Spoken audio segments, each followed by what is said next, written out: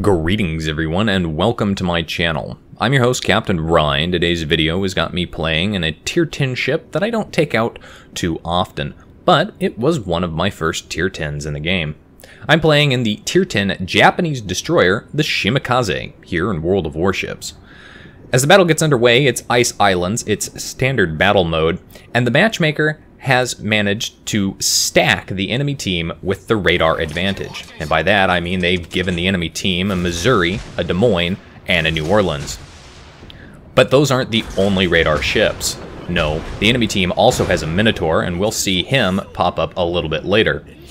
Now this is following the changes to smokescreen firing mechanics, and some Minotaur players are discovering that with the changes, it's actually more advantageous for them to simply play like a light cruiser, hiding behind islands, and utilizing their radar instead of a smokescreen.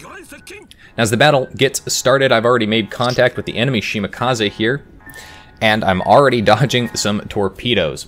This battle is going to start off very slow and very standard for what you would see on a standard battle on Ice Islands, but it's definitely going to go pear-shaped for my team pretty early on, which is pretty standard for the teams I've been having lately. Now, I dumped all of my torpedoes into the smokescreen to where that Shimakaze was at. Obviously, he did what I did, which was he dumped his smokescreen, pulled a hard turn, possibly hit his engine boost, and basically just got the hell out of there.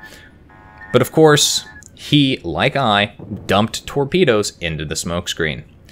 Now, the torpedoes that I'm using on this Shimakaze are the 12-kilometer torpedoes. The Shima, for those of you who haven't reached that tier yet, has 3 different sets. They have slow, lower damage 20-kilometer torpedoes. They have very fast, very short range 8-kilometer or 7-kilometer torpedoes that also highest damage. And then they have the 12-kilometer ones. Now, the 12-kilometer ones are right in the middle of the road. They're reasonably fast, they do a reasonable amount of damage, and they reload reasonably quickly. I think one of the sets reloads incredibly slow. I think that's the 20-kilometer set, whereas the 7-kilometer set reloads much, much quicker by comparison. But, of course, I don't like using the 7-kilometer set, because anything with radar is going to know you're there, and anything that has a catapult fighter, and this used to be a significant problem when dealing with battleships before they nerfed the catapult and scouts launched from battleships down to a much shorter length of time, would effectively orbit and spot you due to their orbiting position and how close you had to get in order to impact. Speaking of impacting, I managed to connect a torpedo onto that Minotaur, and that Minotaur is hiding behind an island. Managed to hit him with a second torpedo, and that Minotaur is going to be a thorn in my side. Now, you'll notice where he's sitting. He's sitting behind that island, and he's using it as some solid cover. But that Minotaur has a surprise, and something that caught me off guard here. There it is. I'm being detected. Looking at the minimap, there shouldn't be anything around me that has radar on me. The only thing that I can think that has that is the Minotaur, and it is actually the Minotaur. That Minotaur is running a radar consumable as opposed to a smokescreen, and because the enemy team has got a couple of very good destroyers, specifically the gearing with its smokescreen, that Minotaur player can just effectively coordinate with them if he needs a smokescreen. So as you can see there, I am detected. Fortunately for me, nobody is shooting at me currently. Instead, they've decided that the gearing is a bigger threat, which is probably somewhat true. Torpedoes are getting reloaded here. I don't know where that Minotaur is. He kind of looks like he's using that island for cover. Maybe he's going to go forward. Maybe he's going to come around the other side. As you can see there, he's adjusting course. So I drop a set of torpedoes towards the headland of that island on the opposite end of where he is, thinking maybe he's just going to try and go around it. But no, look at that. He starts backing up. More torpedoes coming in there. Not sure if those are from the Minotaur or from another destroyer, More torpedoes coming in from behind, but they're going to run out of steam, which is good for me. Don't have to worry about them. Now remember that first set of torpedoes that I dumped towards that far side of the island there? You can see them still running, but it doesn't look like there's anything back out there. Well, that's not entirely true. There is something back out there making his way back towards the Minotaur, and that is going to be the enemy gearing, who is now dead enemy gearing, and that is going to give my team the destroyer advantage. Partly because that leaves the enemy team with a tier 8 destroyer and the Z-52. And while the Z-52 is an incredibly effective destroyer, it's not the kind of destroyer that wants to get up into a gunfight with a gearing, even a damaged one, as long as the gearing has cruiser support. So far, both teams are relatively equal, though the enemy team currently holds the lead because they have managed to kill more high-value ships as opposed to my team killing 2 of the enemy's destroyers. Didn't manage to connect any more torpedoes on that Minotaur, kinda disappointed.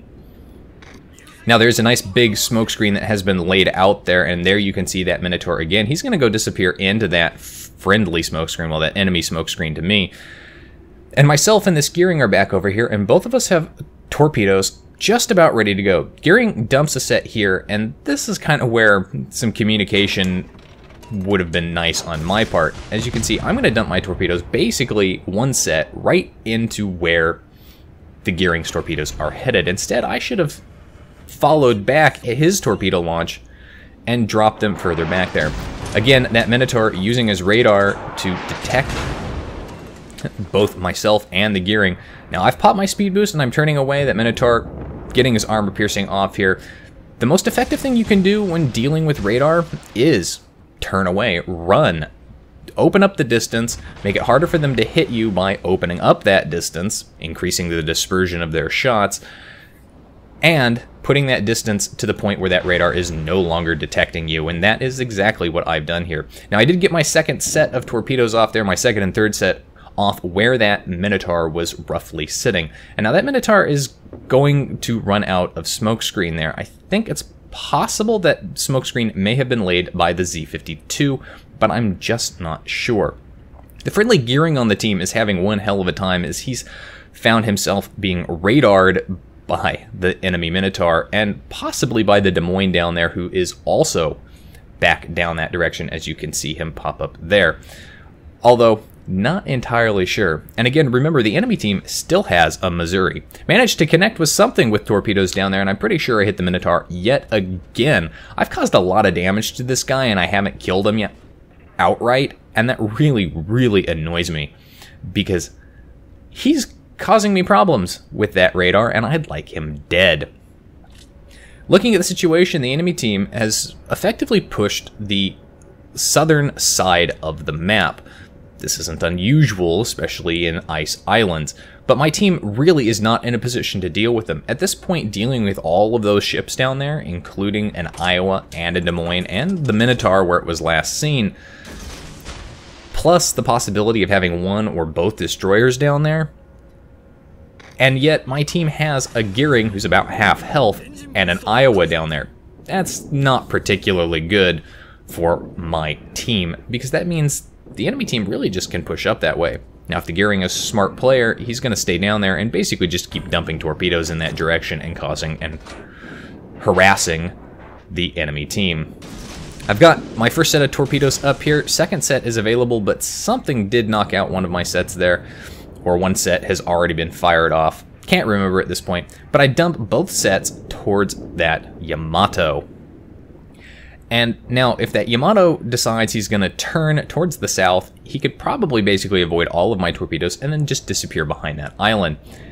If he turns to the north, however, my torpedo spread should nail him with at least one or two, and hopefully cause some flooding. As you can see there, he's on fire, he's burning nicely. And that would be good if I could get some flooding on him, and we could take him out. And yes, I do connect with two of them, and I cause flooding with one. So that is good for me, and damage-wise, and just looking at that damage number, all those ones ruined by that one Sol 9 there. Really disappointing. But still, damage is damage, And as long as I can damage and possibly kill these battleships, there might be hope for my team. My team is currently down on ships. We're down 5 ships to the enemy's 4. But I still have most of my health left, which is good. And the enemy team hasn't fully been able to capitalize on their ship's advantage at this point. Now I've got torpedoes just about ready to come up again. First set almost reloaded. And I've got that Yamato who is doing what Yamatos do, and that's bow tanking. He's not worried about hits from the side simply because he's got an island there, and partly because the Iowa on my team is predominantly preoccupied with the ships, including the Des Moines, that are down to the south. Now, first set is away at that Yamato, but those were kind of launched basically right bow on at him, and he's going to turn and maneuver. It's kind of looking like he wants to try and back up around that island and use it as additional cover while he disappears to go heal. But I've got 2 more sets on the way here, and both of them are launched basically between the island and that Yamato, so hopefully if he continues backing up in the direction that he's going, he'll just sail right into them. I'm going to get myself turned back around here and head back towards the enemy base. Right now, what my team really needs to do is find a way to put pressure on the enemy, force them to react, and the best way to do that would be to have me, the only destroyer in a position to go into the enemy base. As my torpedoes head down there, look who just popped up around that corner. Yes, that's the enemy Iowa has popped up there. And so I've got a nice big torpedo spread headed towards both of those ships, and it looks like I'm going to hit that Iowa with at least 1. A little disappointed I didn't hit him with more, but hey, you know what? I hit that Yamato with 2 and caused flooding. Now that Yamato is going to immediately repair that flooding, so he's not going to risk it. Slam on my brakes here, start popping a smoke screen. Remember, Shimakaze has guns, and a lot of people don't seem to realize that they can use the guns on the Shimakaze. It's not just a torpedo boat here. So I'm getting the fire out there from my main battery, and I'm going to try and set him on fire, and yes, I set him on fire, and now that fire is technically going to burn, but it is a Yamato. He's got a pretty good repairability. Don't trust it. Go ahead and push to finish him off and secure my second kill in the game here at 160,000 damage done. Now, I have an Iowa pushing in here, but he's fairly low health thanks to hitting him with a torpedo. He is detected, he's on fire and burning, and I have a torpedo set available. The question is, which way is he going to turn? I'm only really going to have 1 shot at this, and as he pushes in here, you can see his guns are pointed directly at where I'm at, basically. He knows there's a destroyer in here. He probably knows which destroyer it is. And he hits me with high explosive. He had that loaded, but I took him out. Now, he did knock out 1 of my torpedo tubes, and he did cause a lot of damage. There's the enemy Missouri. This could be a significant problem. I've only got 1 set of torpedoes available here, so I opt to go for where he's going, but of course, as you can see, he instantly turns. But I get myself behind this iceberg and break line of sight, break that contact, but it is a Missouri. He should have radar, and if he really wanted to, he could radar right now and see me completely out in the open and with my low health. Fortunately, I managed to avoid his incoming shot, so I didn't take any additional damage. Now, I'm going to go ahead and I'm going to start running back. We still have a couple of ships left. We have 4 left. We have a Hindenburg, we have a Conqueror, and we have 2 destroyers. And at this point, both myself and the Gearing are very low health. In fact, I think between the 2 of us, we have 11,000 hit points. Not a lot. The enemy team still has the Z-52, who is on a good number of kills, and they have an Akazuki, though I don't know how much health he has left. Our Hindenburg has gone all the way up to the north, and I'm not sure what drove him up there or why he's still up there, but he is at the very least going to start making his way back down while he recovers some health. The enemy team still has 2 cruisers, though. They have a Des Moines, very dangerous with its radar, to both myself and the Gearing, and they have a Henry. And if you've seen any of my Henry videos, you know full well that the Henry is a very, very effective cruiser, especially with its 10-inch guns. Conqueror manages to hit that Missouri, who somehow, some way, has managed to keep himself basically full health, but the Missouri puts that fire out. So he's not going to burn now, but he's dealing with a Conqueror, and if that Conqueror is any kind of decent player, he'll just continue spamming the high explosive at him and continue to set him on fire. Now we've got, the gearing is in front of me here, but my torpedo sets are available. I don't have too much longer to have all 3 of them available. And that's when the Henry pops up. And look, that Henry cruiser, he's got a lot of health left too. And he could cause some significant problems for both myself and the gearing. Now I'm going to go ahead, I'm going to get a shot of torpedoes off here towards where that Henry is going. But he's in a cruiser, he's quite a distance away, he's almost at my max torpedo range there. And I'm not sure those are going to hit him. I'd rather try my luck taking out the Missouri because it's a radar ship and it's a big threat to our Conqueror. More so than the Henry. Conqueror can deal with the Henry relatively well, assuming he doesn't present broadside. Enemy Des Moines has basically circled all the way around to the back of the map, and now he's making his approach towards the base. And again, radar don't want to deal with it. I don't know if he's got any radar left. I haven't been fighting him this whole battle. I know that the gearing, however, has. Managed to connect a torpedo on that Henry and take him out of the game, securing my 3rd kill at this point. Possibly my 4th kill. Can't remember. And with that gearing dead, it's very, very nice. Or with that Henry dead, it's very nice to not have to worry about the potential of torpedoes. A fast ship. In fact, the Henry with a speed boost and a speed flag is nearly as fast as the Shimakaze with a speed flag and a speed boost. The Shimakaze will get something like 46 knots, and the Henry will get 45. So she can pretty much run you down, pop that hydro, and keep you detected. Enemy at Kazuki, very low health, finally dies. I popped my smoke screen here so I could try and get shots off at him, but he's already dead. The gearing took care of that.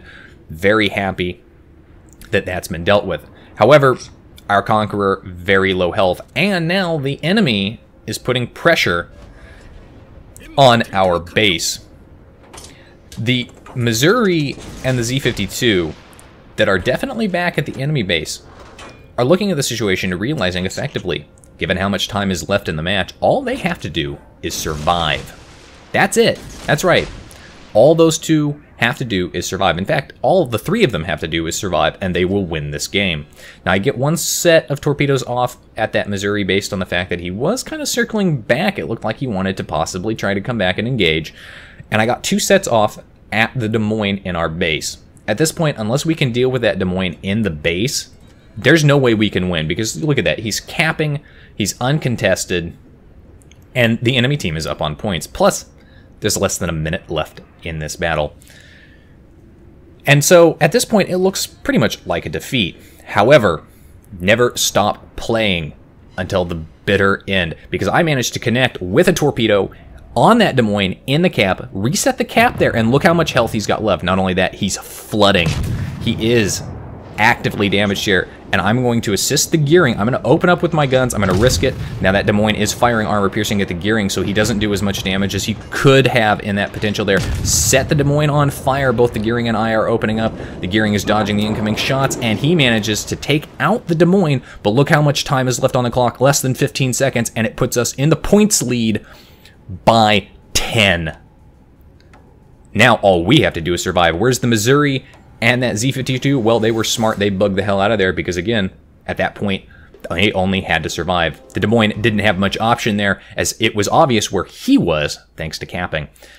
Just shy of a Kraken with 4 kills there. Confederate high-caliber devastating strike. 210,000, almost 211,000 damage in that game. But the real kicker there is that near million credits earned, plus the amount of damage that I did, combined with the Confederate and high caliber there, has managed to earn me, without capping, top of the team for XP earned at over 3,000 base XP. And the enemy team had all of the advantage. They had 4 destroyers to our 3. They had 4 ships with radar, and they definitely used them. And they had the fast cruiser Henry. Still, edged out a victory by the narrowest of margins in the last seconds. Anyway, that's it for today's video, folks. If you liked the video, hit that like button, hit the subscribe button, leave a comment down below. If you'd like to get semi-regular channel news and updates, you can do so by liking and following me on Facebook. If you'd like to help support me and the channel, as well as gain additional supporter perks, you can do so by becoming my supporter on Patreon. If you'd if you've got a replay like this one that you'd like to see featured on my channel, you can send it to my email. And if you'd like to watch me play various games live occasionally, you can do so by following me on Twitch. You can find the links for all of those in the video description down below. And as always, I'll see you next time. This is Captain Rye, signing off.